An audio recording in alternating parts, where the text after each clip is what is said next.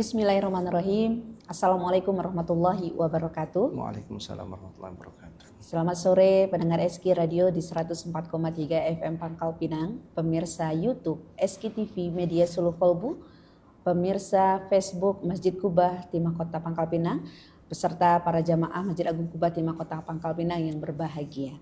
Alhamdulillah kita panjatkan kehadiran Allah Subhanahu wa taala atas nikmat kita sore hari ini diberikan kesehatan, kita bisa menimba ilmu kembali di bulan suci yang penuh dengan keberkahan ini. Salawat serta salam tak lupa kita haturkan kepada junjungan kita Nabi besar Nabi Muhammad SAW beserta keluarga dan para sahabat hingga akhir zaman nanti. Bahagia sekali tentunya saya kembali sunyi untuk menemani sahabat SK dan juga para jamaah Masjid Agung Kubah Timah Kota Pangkal Pinang di program Hikmah Senja yang dipersembahkan oleh Masjid Agung Kubah Timah Kota Pangkal Pinang bekerja sama dengan SK Radio Pangkal Pinang dan turut didukung oleh Bank Sumsel Babel Syariah. Edisi kali ini di hari Kamis di 27 Maret 2025 bertepatan di 27 Ramadan 1446 Hijriah. Dan alhamdulillah bahagia sekali sore hari ini kita akan kembali menimba ilmu bersama narasumber kita yang sangat luar biasa, yang sudah tidak asing lagi ya, tentunya udah di mana-mana di layar media sosial, udah di mana-mana gitu ya. Alhamdulillah beliau hari ini bersama kita ya di program Hikmah Senja, Ustadz Haji Muhammad Kurnia LC MAG. Beliau ini adalah Ketua Alumni Al-Azhar Mesir Bangka Belitung sekaligus dosen UBB Universitas Bangka Belitung, di mana insya Allah sore hari ini kita akan membahas tentang kemenangan sejati setelah Ramadan, istiqomah dalam kebaikan.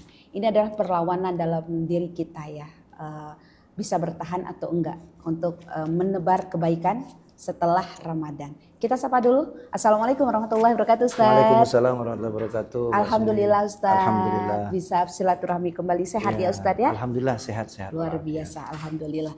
Nah, Ustaz, terkait tema kita di sore hari ini tentang keistiqomahan dalam kebaikan. Mungkin nanti ini sebagai bahan perbincangan kita selama setengah jam ke depan. Silakan Ustaz. Baik, terima kasih Mbak Suni. Bismillahirrahmanirrahim. Assalamualaikum warahmatullahi wabarakatuh. Waalaikumsalam warahmatullahi wabarakatuh. Alhamdulillahirabbil alamin. Alhamdulillahilladzi ja'ala syahru Ramadan sayyidus syuhur unzila fihil Qur'an hudal linnasi wa bayyinatin minal huda wal furqan. Allahumma shalli ala sayyidina Muhammad wa ala alihi wa ashabihi ajma'in, amma ba'du. Para pemirsa dimanapun Anda berada, wabil khusus pemirsa setia di acara program Hikmah Senja yang setiap sore sudah berjalan selama bulan suci Ramadan ini, kerjasama dari SQ Radio dan Masjid Agung Kubah Timah Kota Pangkal Pinang. Mudah-mudahan dimanapun pemirsa berada selalu dalam keadaan sehat walafiat, dan mudah-mudahan tetap terus semangat untuk menjalankan ibadah puasanya dan ibadah-ibadah yang lainnya, terkhusus saat ini kita sudah berada di penghujung bulan suci Ramadan, tepatnya di hari yang ke-27 bulan Ramadan. Mudah-mudahan kita semua selalu dianugerahkan Allah sehat walafiat, sehingga kita semua dapat mempersembahkan amalan yang terbaik kepada Allah Subhanahu wa taala, dan mudah-mudahan amal ibadah kita semuanya diterima oleh Allah Subhanahu wa taala. Amin ya rabbal alamin. Para pemirsa dimanapun Anda berada, kita berbicara tentang Ramadan yang menjadi puncaknya adalah kemenangan. Kemenangan di sini sebenarnya Mbak Suni, kalau saya melihat bagaimana goal dari ibadah puasa di bulan Ramadan itu kan la'allakum tattaqun, agar kita menjadi orang-orang yang bertakwa. Maka takwa inilah yang akhirnya ada hubungannya dengan kemenangan. Dalam ayat lain Allah sudah katakan innalil muttaqina mafaza. Sesungguhnya orang-orang yang bertakwa kepada Allah, merekalah orang-orang yang akan memperoleh kemenangan yang besar di dunia dan di akhirat nanti. Nah, artinya apa? Kita harus pandai untuk memaknai bahwa keberadaan bulan Ramadan ini, sebagian para ulama menggambarkan disebut dengan syahrut tarbiyah, bulan untuk mendidik kita, atau disebut dengan bahasa lain syahrut tadrib, bulan untuk melatih kita agar kita dapat mengendalikan hawa nafsu. Karena kalau kita bicara tentang ketakwaan tadi, indikator yang paling dasarnya itu adalah bagaimana seorang pribadi hamba dapat mengendalikan hawa nafsunya. Karena hari ini kita tidak bisa mengklaim kita adalah orang yang bertakwa, tapi kita terus larut dalam godaan hawa nafsu. Padahal kita tahu dengan hawa nafsu yang tidak bisa kita kendalikan, itu yang akan cenderung membawa seorang manusia itu melakukan perbuatan kemaksiatan, melakukan perbuatan kemusyrikan, melakukan perbuatan kezaliman dan lain sebagainya. Itu kan semuanya adalah bersumber dari dorongan hawa nafsu. Nah, di bulan suci Ramadan ini kita dididik, digembleng, ya, ditarbiyah agar kita dapat betul-betul mengendalikan hawa nafsu kita. Bagaimana hawa nafsu ini tidak serta-merta kita anggap sebagai hal yang negatif, ya, karena ini adalah bagian dari anugerah Allah Subhanahu wa taala. Jadi Mbak Suni, Allah menciptakan malaikat itu hanya dikasih akal oleh Allah. Makanya malaikat itu tidak punya hawa nafsu, sehingga dari pertama malaikat diciptakan sampai nanti mereka dibinasakan oleh Allah, tugas malaikat itu hanya satu, yaitu menyembah kepada Allah Subhanahu wa taala. Malaikat tidak akan pernah ingkar kepada Allah. Kenapa? Karena mereka sudah Allah karuniakan akal. Sedangkan ketika Allah ciptakan hewan, ini berbeda. Apa perbedaannya? Ketika Allah ciptakan hewan, hewan hanya dikasih Allah hawa nafsu tanpa dikasih akal. Kalau otak punya hewan, namanya makhluk hidup kan pasti punya otak. Tapi ketika akal, hewan tidak punya akal. Makanya perbuatan hewan, binatang itu cenderung lebih bebas, cenderung sesuai dengan apa yang mereka inginkan. Tapi mereka tidak akan dihisap oleh Allah Subhanahu wa taala. Kenapa? Karena mereka hanya Allah ciptakan hawa nafsu pada diri mereka dan Allah tidak ciptakan akal kepada mereka. Yang repot ini kan kita manusia. Kita manusia ini Allah ciptakan akal pada diri kita. Kita manusia ini Allah ciptakan hawa nafsu pada diri kita. Yang kalau kita tahu dalam riwayatnya dikisahkan bahwa ketika Allah menciptakan akal dan hawa nafsu ini secara bersamaan. Jadi waktu Allah tanya kepada akal, wahai akal, siapa engkau, siapa aku? Maka akal menjawab dengan jawaban yang tepat. Apa jawaban akal? Anta Rabbi wa ana abduk. Engkau adalah Tuhanku dan aku adalah hambamu. Betul jawabannya. Kenapa? Karena akal yang menjawab. Tapi ketika Allah bertanya kepada hawa nafsu, wahai nafsu, kata Allah, siapa engkau, siapa aku? Maka nafsu menjawab, engkau adalah engkau, aku adalah aku. Sampai 3 kali Allah tanyakan sehingga jawaban nafsu itu tetap dengan jawaban yang sama. Makanya tahapan pertama Allah azab nafsu ini, Allah masukkan ke dalam neraka yang sangat panas. Lalu kemudian ketika itu Allah keluarkan nafsu tadi, Allah tanya lagi, masih dengan jawaban yang sama. Allah masukkan ke dalam neraka yang paling dingin, apapun yang masuk ke dalamnya hancur, lebur, berantakan. Allah keluarkan lagi nafsu tadi. Allah tanya, siapa engkau, siapa aku? Masih dengan jawaban yang sama. Engkau adalah engkau dan aku adalah aku. Baru kemudian puncaknya Allah masukkan nafsu ini ke dalam karantina tempat, ya, di mana siapapun yang masuk ke dalamnya itu akan merasakan lapar yang luar biasa. Maka tidak butuh waktu lama, dalam hitungan beberapa waktu saja akhirnya nafsu menyerah kepada Allah. Wahai Allah, asyhadu annaka rabbi wa ana abduk. Sekarang aku bersaksi bahwasanya engkau adalah Tuhanku dan aku adalah hambamu. Artinya apa? Hawa nafsu ini kalah dalam keadaan ketika kita lapar. Makanya kita berpuasa ini kan bagaimana kita dapat mengendalikan hawa nafsu, ya. Kalau cuma tidak makan, tidak minum, ya barangkali kita bisa menahan itu, ya. Tapi bagaimana kita dapat mengendalikan hawa nafsu kita, mengendalikan syahwat kita, mengendalikan amarah kita, mengendalikan emosional kita, ya. Ini semua kan berkaitannya dengan hawa nafsu, termasuk ketika saat-saat seperti sekarang ini menjelang berbuka puasa, ya. Kita kalau ngelihat makanan itu semuanya rasa-rasanya mau dilahap. Kenapa? Karena hawa nafsu kita sedang bergejolak itu, mendekati waktu berbuka puasa. Padahal kalau kita mau sadar, menjelang berbuka puasa itu yang paling afdol bukan melihat menu-menu makanan.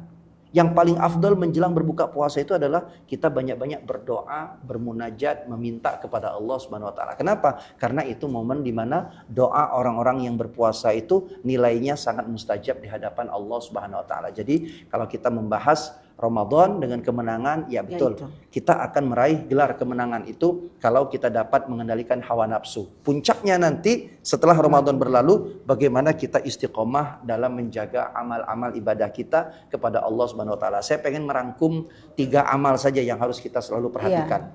Yang pertama adalah amal tubuh kita.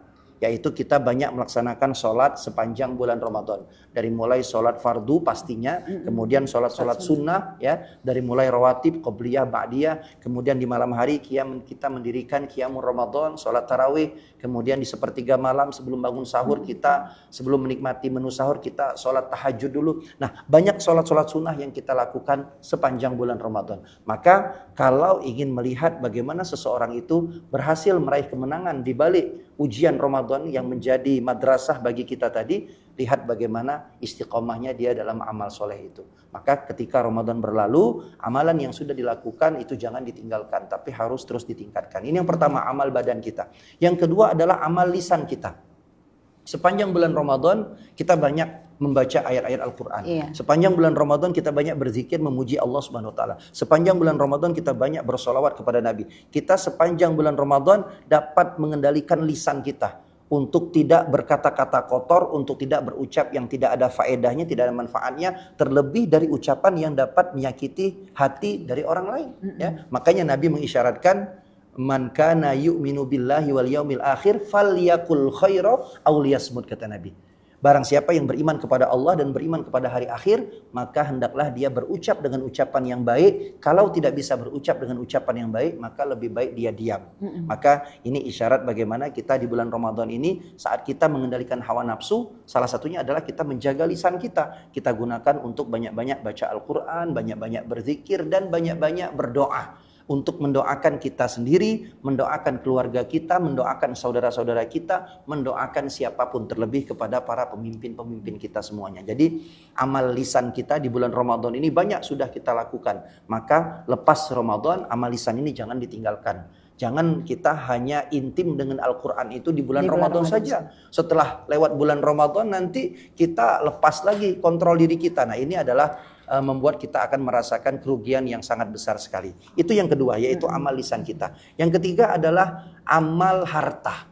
Ya, amal harta. Jadi kita di bulan Ramadan ini kita sudah banyak melakukan jihad dengan harta. Salah satunya adalah kita bersedekah, kita berinfak, kita berwakaf, bahkan kita menunaikan zakat ketika sudah mencukupi syarat nisab dan haulnya. Nah, maka saat kita di bulan Ramadan ini disiplin dalam beramal dengan harta kita, pasca Ramadan berlalu ini jangan ditinggalkan. Ya, itulah maknanya kemenangan itu kalau kita berhasil melanjutkan amal-amal kita di bulan Ramadan setelah Ramadan itu berlalu. Maka kalau kita sudah memahami tiga bagian dari amal ini, ya, amal tubuh kita, kemudian amal lisan kita, kemudian amal harta kita, fa insyaallah mudah-mudahan kita semua akan dapat meraih kemenangan, ya, dan pastinya nilai istiqomah kita dalam beramal ibadah kepada Allah Subhanahu Wa Taala. Demikian barangkali Bu. Oke, siap. Wow, luar biasa.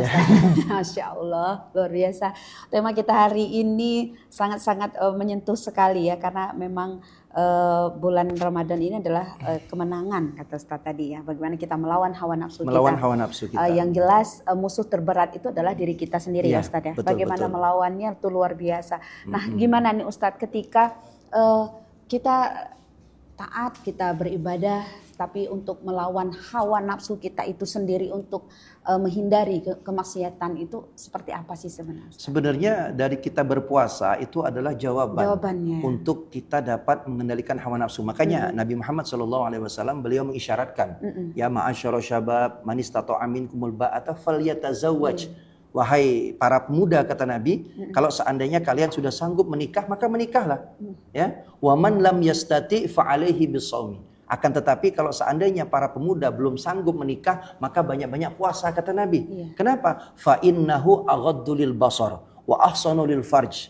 Fa innahu lahu wija. Karena dengan puasa itu akan dapat mengendalikan pandangan kita, dapat mengendalikan hawa nafsu kita, dan puasa itu dapat menjadi benteng pertahanan kita agar kita dapat mengendalikan syahwat kita yang bergejolak tadi. Nah, artinya apa? Kalau kita ditanya apa Ustadz rumusnya kita untuk dapat mengendalikan hawa nafsu, ya kita banyak-banyak puasa.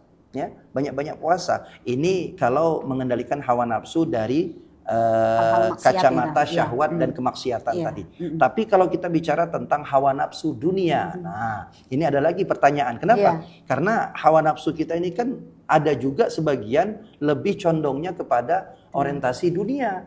Nah, maka kalau kita mau dapat mengendalikan hawa nafsu kita yang berorientasi kepada dunia tadi agar tetap stabil, maka urusan perkara dunia jangan pernah melihat orang yang lebih tinggi daripada kita. Kenapa? Takutnya kita nanti kufur dengan nikmat. Kita tidak pandai bersyukur. Tapi urusan dunia, kita lihat orang yang lebih rendah daripada kita. Bukan untuk menghinakan mereka, tapi lebih menjadikan kita hamba yang pandai dalam bersyukur atas segala nikmat Allah Subhanahu wa taala. Masya Allah, luar biasa. Oke, terima kasih Ustadz. Kita masih buka lain pertanyaan ya Ustadz ya. Di WhatsApp kita di 082374726332. Ini kebetulan sudah masuk Ustadz pertanyaan. Kita langsung aja. Assalamualaikum Ustadz. Waalaikumsalam Mau tanya, bagaimana tanggapan Ustadz untuk orang-orang yang istiqomah dalam kebaikan dan taat dalam beribadah cuma bulan suci Ramadan saja? Habis lebaran mereka beribadah atau melakukan kebaikan sesuka hati mereka saja gitu. Terima kasih dari Bunda Nafisa di Parit Lalang. Silakan. Ya, ini berarti goalnya dari pasca Ramadan tadi. Ramadan itu tidak dapat membentuk karakter seorang mukmin. Jadi begini Mbak Suni, kita ini dikasih Allah Ramadan ini 1 bulan dalam 1 tahun. Ini ada hikmahnya. Banyak para ulama menukilkan apa saja hikmah-hikmah Ramadan yang Allah hadiahkan kepada kita selama 1 tahun ini. Salah satunya kalau kita bicara dengan ibadah puasa kita, ini kan ada aspek medisnya, ya. Jadi kalau umpamanya selama 1 tahun misalnya 11 bulan ini lambung kita ini nonstop mencerna dari pagi, siang, sore, malam, tengah dalu masih makan kan. Nah di bulan Ramadan ini Allah istirahatkan kita di siang hari. Nah itulah untuk merecovery sel-sel tubuh dalam diri kita ini supaya yang tua, yang mati, yang tidak produktif semuanya ganti tumbuh yang baru. Nah artinya dari aspek medisnya seperti itu. Nah tapi di aspek lainnya ya, dengan kita beribadah puasa di bulan Ramadan ini adalah momentum kita untuk mendekatkan diri kita kepada Allah Subhanahu wa taala. Jadi ketika kita merasakan lapar dan dahaga saat kita berpuasa, kita tahu bahwa oh inilah saatnya Allah menguji kita. Oh inilah saatnya Allah ingin melihat bagaimana kesungguhan kita dalam beribadah puasa. Karena ibadah puasa ini tidak bisa seperti ibadah yang lain. Kalau ibadah sholat, ibadah zakat, ibadah haji itu kelihatan oleh mata kita. Tapi kalau puasa tidak bisa. Tidak bisa kita melihat ada orang bawaannya lemes misalnya kan lesu. Itu kayaknya puasa. Belum tentu. Ya, boleh jadi ketika dia lesu tadi dia semalam habis dimarahin sama istrinya. Bisa jadi, Ustaz, atau dia sudah dapat THR tapi THR-nya cuma numpang lewat, diambil sama istrinya juga misalnya kan. Kita boleh jadi seperti itu. Artinya apa? Kita tidak tahu ibadah puasa ini seseorang itu antara hamba dengan Allah Subhanahu wa taala. Nah, maka kalau kita melihat ada fenomena seperti itu, orang yang hanya semangat dalam beribadah di bulan Ramadan saja, kemudian pasca Ramadannya dia kembali ke setelan pabrik misalnya kan, ya tetap dia dapat kebaikan ketika beramal di bulan Ramadan. Tapi sangat disayangkan ketika Ramadan berlalu maka hilang ketaatannya kepada Allah Subhanahu wa taala. Jadi la'allakum tattaqun itu harus tertancap dalam sanubari kita, bukan hanya sepanjang bulan Ramadan saja, tapi kalau bisa seumur hidup kita, bahkan sampai kita meninggal dunia. Iman dan takwa itu selalu ada dalam diri kita. Makanya selalu yang kita dengar ayat-ayat dibacakan oleh para khotib di setiap Jumat itu kan wala tamutunna illa wa antum muslimun. Dan kalian janganlah mati kecuali mati kalian dalam keadaan Islam. Janganlah kalian mati kecuali mati kalian dalam keadaan beriman dan bertakwa kepada Allah Subhanahu wa taala. Jadi kalau kita melihat fenomena seperti itu, ini perlu pemahaman yang lebih luas lagi. Jadi ibadah itu bukan hanya sekedar di bulan Ramadan saja, ya, tapi sepanjang hidup kita semuanya adalah untuk beribadah kepada Allah Subhanahu wa taala. Dan kita tidak tahu kapan ajal itu datang kepada kita, sehingga kalau kita terlena, kita terbuai, khawatirnya nanti kita akan lebih jauh lagi dari hubungan kita kepada Allah Subhanahu wa taala. Wallahu a'lam bishawab. Oke, terima kasih Ustaz. Luar biasa. Ini kita beralih lagi ke pertanyaan selanjutnya Ustaz. Assalamualaikum Ustaz. Semoga senantiasa sehat. Amin amin ya Allah. Saya Bapak Ahmad di Bukit Baru. Izin bertanya Ustaz.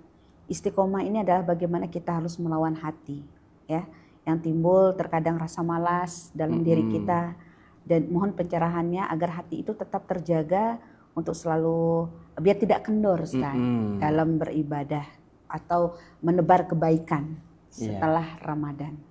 Jadi untuk menata hati ini saya selalu menyampaikan, ingat selalu ISS namanya. Ikhlas, sabar, syukur. Jadi kalau 3 ini ada dalam hati kita, semuanya akan terasa ringan kita dalam beramal. Kita hari ini harus ikhlas apapun takdir Allah kepada kita. Kita hari ini harus bersabar apapun ujian yang Allah beri kepada kita. Dan kita harus pandai-pandai bersyukur atas segala nikmat dan karunia yang Allah telah berikan kepada kita. Makanya di antara hikmah dalam hidup ini kan, ketika kita berada di atas, jangan lupa kepada yang di bawah.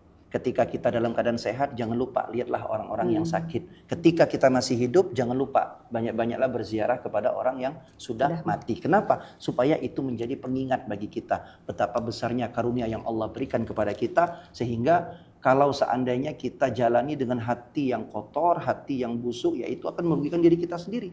Karena sampai kapanpun Allah itu tidak pernah butuh kepada hambanya. Ya, karena yang butuh kepada Allah itu adalah kita sebagai hamba. Ya, hari ini kita tidak sholat, kita tidak puasa, kita tidak baca Al-Quran, tidak sedikit pun mengurangi kemuliaan Allah. Tapi kalau seandainya kita tinggalkan itu semua, kita mendapatkan azab dan murka dari Allah Subhanahu Wa Taala. Jadi kalau mau mendapatkan jawaban tadi, bagaimana agar dapat menata hati kita tadi, ya ingat ISS tadi. Ikhlas, sabar, syukur. Kalau ini semua sudah kita jalani, ya kita akan berlapang dada dengan menghadapi apapun ujian dan keadaan dari Allah Subhanahu Wa Taala. Karena kadang-kadang kita ini kan hanya fokus dengan ujian kita saja, ya. Dan kita cenderung melihat orang lain itu hanya yang enak-enaknya saja. Kita tidak tahu setiap orang mendapatkan kenikmatan dari Allah. Di balik itu apa ujian yang Allah sudah beri kepadanya. Kadang-kadang kita tidak melihat bagaimana seseorang itu khusyuk dalam tahajudnya, orang itu ikhlas dalam bersedekahnya, orang itu tulus dalam berbakti kepada orang tuanya misalnya, sehingga itulah yang menyebabkan Allah berikan kenikmatan-kenikmatan dunia kepada dirinya. Sedangkan kita masih jauh dari itu semua. Kita hanya melihat, oh orang itu sholat, saya juga sholat, oh orang itu kerja, saya juga kerja, tapi kok hasilnya berbeda. Nah maka dalam perjalanannya disinilah akan berbeda kualitas, ya, kualitas amalan dari seorang hamba di hadapan Allah Subhanahu Wa Taala. Wallahu a'lam bishawab. Oke, terima kasih Ustadz. Kita masih punya waktu ya Ustadz ya. Ini masih ada satu pertanyaan lagi Ustadz. Assalamualaikum Ustadz. Waalaikumsalam warahmatullahi wabarakatuh. Izin bertanya, saya punya sakit mah. Ini agak menyimpang sedikit Ustadz ya dari tema kita mungkin. Kalaupun mau diganti di luar Ramadan, takutnya nggak kuat. Apakah boleh membayar fidyah Ustadz? Dan gimana cara bayar fidyahnya? Termasuk puasa saya tahun yang lalu. Ibu Yanti di seputaran Tuatu. Jadi pertanyaan seperti itu, jadi dalam ibadah puasa itu kan kita dapat keringanan dari Allah. Wa man kana minkum maridan aw ala safarin fa'iddatum min ayyamin ukhra. Jadi kata Allah, barang siapa di antara kalian yang sakit atau dalam keadaan musafir di perjalanan, maka boleh tidak berpuasa dan digantikan pada waktu-waktu yang lain selain daripada bulan Ramadan. Nah, pertanyaan tadi kan mengenai ada uzur berupa sakit mah tadi. Ya, maka sakit mah ini kan kita tentunya tahu ada level-levelnya. Kalau sakit mah itu hanya musiman saja, atau dia dalam arti kata dalam 1 bulan pengaruh dari faktor cuaca dan lain sebagainya, maka itu berarti belum menjadi penyakit yang akut, ya.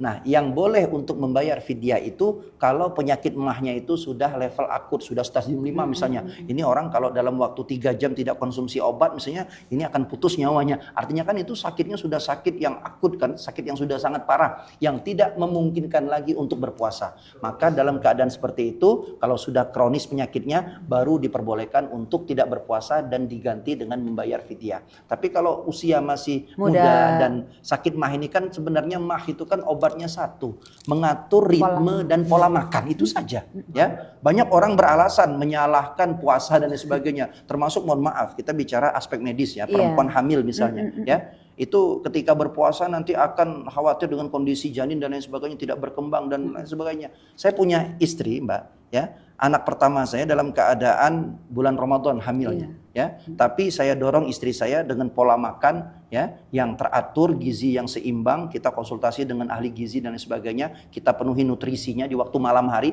sehingga pagi puasa itu lancar dalam puasanya. Alhamdulillah di hamil masuk bulan-bulan ketiga, bulan keempatnya itu biasanya orang lagi kalah-kalahnya kan perempuan. Itu istri saya selesai puasa 1 bulan full bulan Ramadan. Artinya apa? Ini kan tergantung bagaimana pengaturan pola kita saja. Ya, orang ini banyak tersugesti karena sudah ada sakit mah. Jadi kalau seandainya tidak makan, ujung-ujungnya tidak puasa. Jadi dianggap enteng perintah Allah. Padahal perintah Allah itu kan ujian. Siapa sih yang puasa tidak lapar? Siapa? Siapa sih yang puasa tidak haus? Itu siapa? Pasti itulah konsekuensi dari ibadah kita tadi. Tapi kalau kita jalankan itu dengan kesabaran, karena rumusnya kata Nabi itu kan sumu tasihu. Puasalah kalian, dengan puasa itu kalian akan sehat. Itu loh rumus Nabi. Ya, jadi orang-orang di barat sana ada mereka terapi kesehatan tuh namanya terapi fasting, ya, atau fasting terapi. Jadi mereka tidak makan karbohidrat di waktu pagi hari dari mulai terbit matahari sampai terbenam matahari. Mereka hanya minum air putih saja. Ini di barat dilakukan untuk apa, Mbak? Tadi untuk merecovery sel-sel tubuh yang mati tadi. Nah, orang barat saja mereka mengambil langkah itu sebagai pengobatan. Lalu kenapa kita umat Islam ini masih ragu daripada syariat yang Allah sudah berikan kepada kita ini? Nah, sehingga kalau pertanyaannya seperti itu tadi, kita melihat seperti apa kondisi penyakitnya. Kalau dia sudah kronis, tidak ada harapan lagi untuk sembuh, maka boleh dia tidak berpuasa dan bisa diganti dengan fidyah. Fidyah itu kan memberi makan fakir miskin, sehari puasa dengan 1 orang, seperti itu. Tapi kalau dia masih sakit yang bisa sembuh atau sakit itu hanya musiman, tetap dia dibebankan wajib untuk membayarkan hutang daripada puasa Ramadan itu. Itu barangkali Mbak Suni. Oke, siap. Terima kasih Ustadz. Ini kita masih tersisa 5 menit lagi. Mungkin kita pengen dengar statement closing dari Ustadz dari tema yang kita bahas di sore hari ini, Ustadz. Silakan. Baik, terima kasih Mbak Suni dan pemirsa dimanapun Anda yang menyaksikan tayangan ini. Yang pertama saya ingin mengapresiasi dulu, mengapresiasi kepada segenap badan pengelola Masjid Agung Quba Timah Kota Pangkal Pinang yang telah istiqomah berdakwah via media sosial sehingga dari acara kita yang kita hanya sederhana seperti ini saja, tapi ini bisa dinikmati jangkauannya sampai luar. Saya pernah dapat konfirmasi dari adik kelas yang ada di Mesir, jadi mereka bisa mengakses bagaimana program-program yang ada di Masjid Agung Quba Timah Kota Pangkal Pinang. Padahal mereka sedang di Mesir sana, lagi belajar. Artinya apa? Inilah dakwah kita di era digital, di media sosial pada saat ini. Maka mudah-mudahan ini menjadi amal jariah, amal kebaikan untuk seluruh badan pengelola Masjid Agung Quba Timah Kota Pangkal Pinang. Dan juga ini kita disupport dengan kerjasama dengan SQ Radio dan juga dari Bank Sumsel Babel Syariah ya. Pokoknya mudah-mudahan siapapun yang terlibat dalam dakwah digital ini, insya Allah menjadi amal jariah yang akan mengalir terus pahalanya sampai hari kiamat nanti insya Allah. Amin ya rabbal alamin. Para pemirsa dimanapun Anda berada, sebagai penutup dalam kesempatan ini, mari sama-sama kita memanfaatkan waktu yang tersisa di bulan Ramadan ini agar kita lebih mawas diri. Jangan kita terjebak dengan euforia lebaran yang sudah kelihatan tanda-tandanya. Jadi tanda-tanda lebaran itu ada 3 Mbak Suni ya. Pertama, jalanan mulai macet. Yang kedua, pasar mulai ramai. Yang ketiga, masjid mulai sepi. Nah, itu sudah tanda-tanda lebaran. Nah, kita jangan terjebak dengan euforia seperti itu.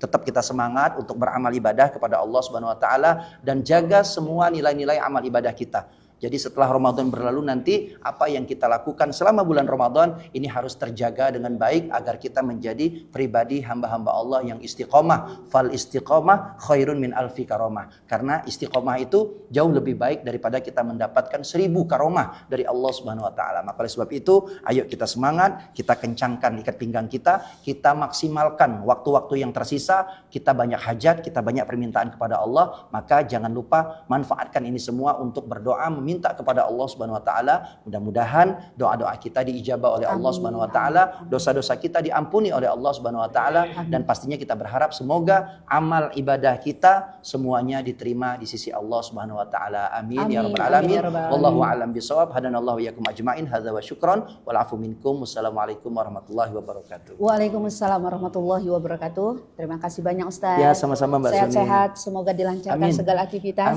dan juga keluarga diberikan kesehatan ya. Menjadi amal jariah kita juga hari ini ilmu yang sangat luar biasa.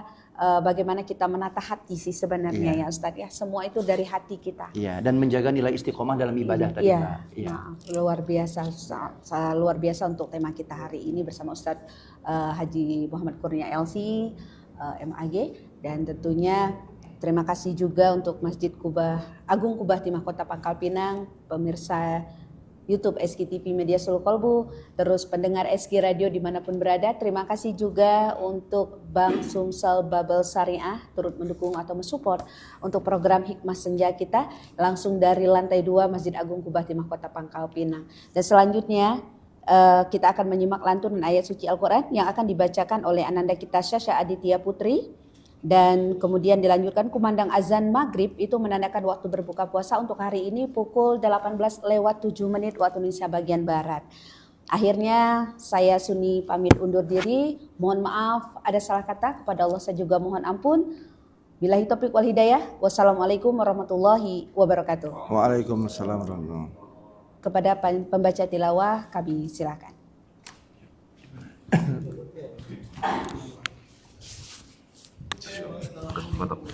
Semalam itu video call ke adik-adik kelas di Mesir itu, jadi mereka 5 di Mesir Abu Fatimah itu kekuatan kita. Jadi mereka banyak mengobati Mesir Abu Fatimah di Mesir Mesir alun-alun mereka tengok operator Masjid Agung Kubah.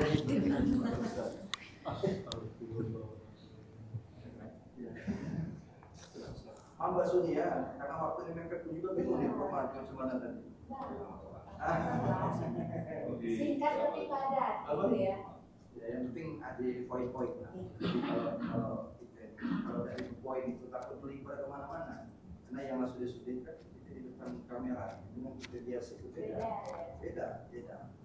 Saya tadi sempat ini loh, sempat kikuk. Apa gitu Mbak? Nah, makanya Nabi Ayub tadi Mbak, saya Ayub tadi kan, kita Ayub jadi biar tidak terlalu serius, ya. Tapi kan orang dapat poin terus. Lagi belajar lagi.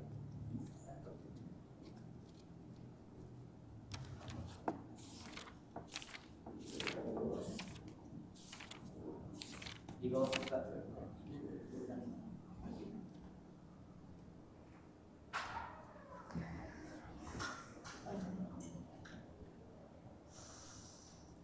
Assalamualaikum warahmatullahi wabarakatuh.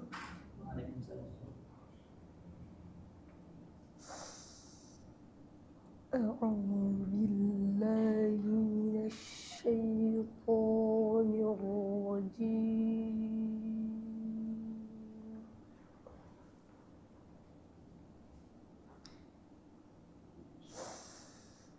Bismillahirrahmanirrahim.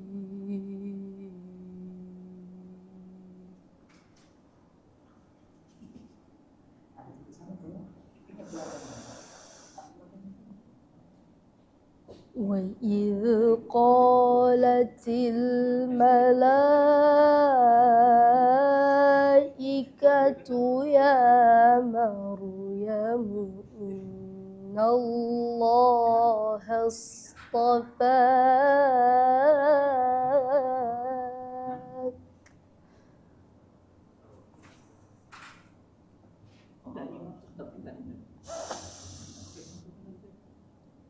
إن الله اصطفاك وطهرك واصطفاك على نساء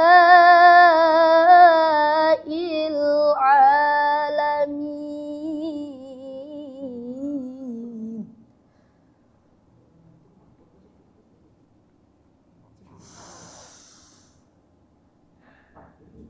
يا مريم قنتي لربك واسجدي واركعي مع الراكعين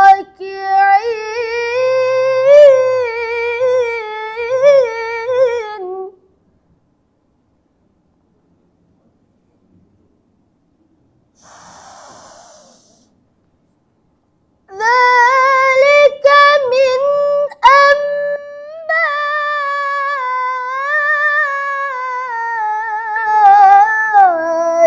الغيب نوحيه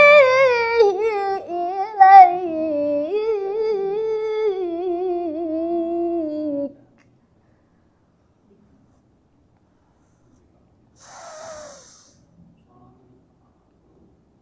وما كنت لديهم إذ يلقون أقلامهم أيهم يكفل مريم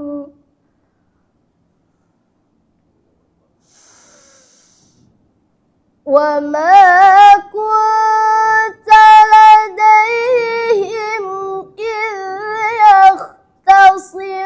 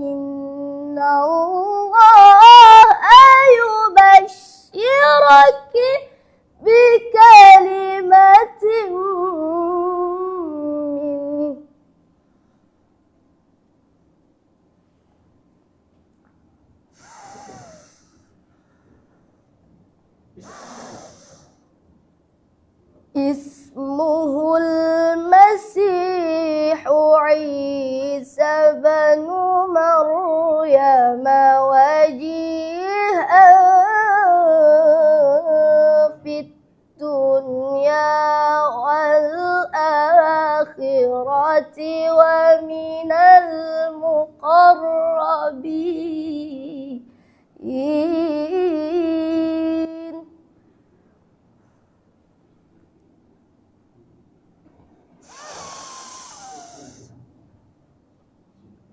ويكلم الناس في المهد وكهلا ومن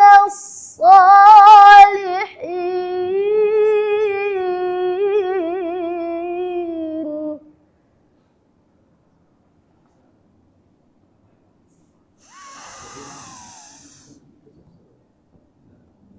قالت رب أنى يكون لي ولد ولم يمسسني بشر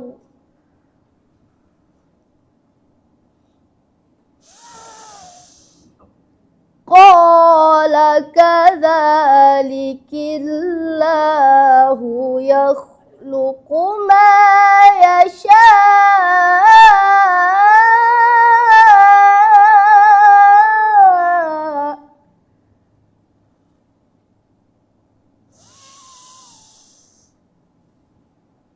إذا قضى أمرا فإنما يقول له كن فيكون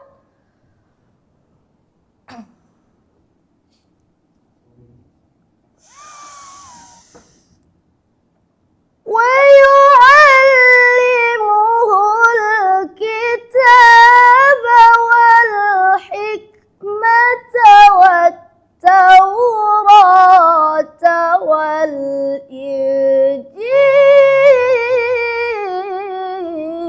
والإنجيل صدق الله العظيم. Assalamualaikum warahmatullahi wabarakatuh.